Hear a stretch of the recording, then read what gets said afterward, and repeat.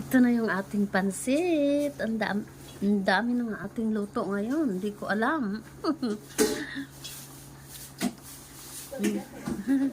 Hindi ko talaga. Istorya eh.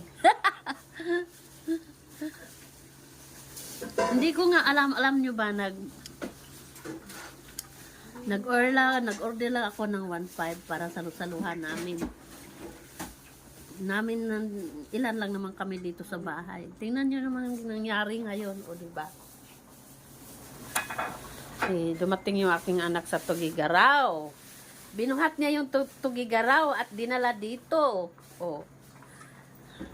Mamaya, matapos sila magluto.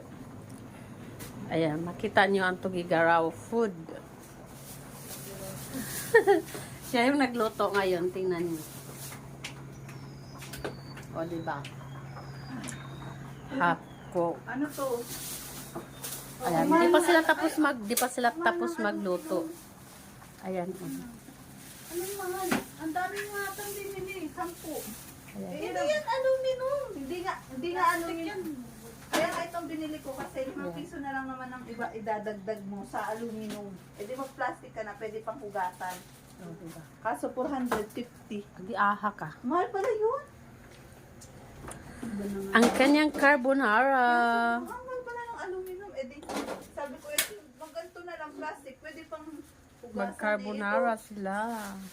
Yun, disposable lang. Ito pwede pa hugasan. Ayan. Ayan. Magagamit pa sa susunod. Luto na yung pag-minudo mo? Ay, ano na, nahiwa mo na pang-minudo mo? O, pwede ilagay Ang dito. pang-ihaw nila, diba? Sana yung ano, karne mo na nahiwa na.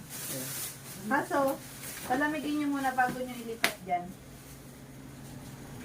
Diba? Ayan. Thank you so much for watching.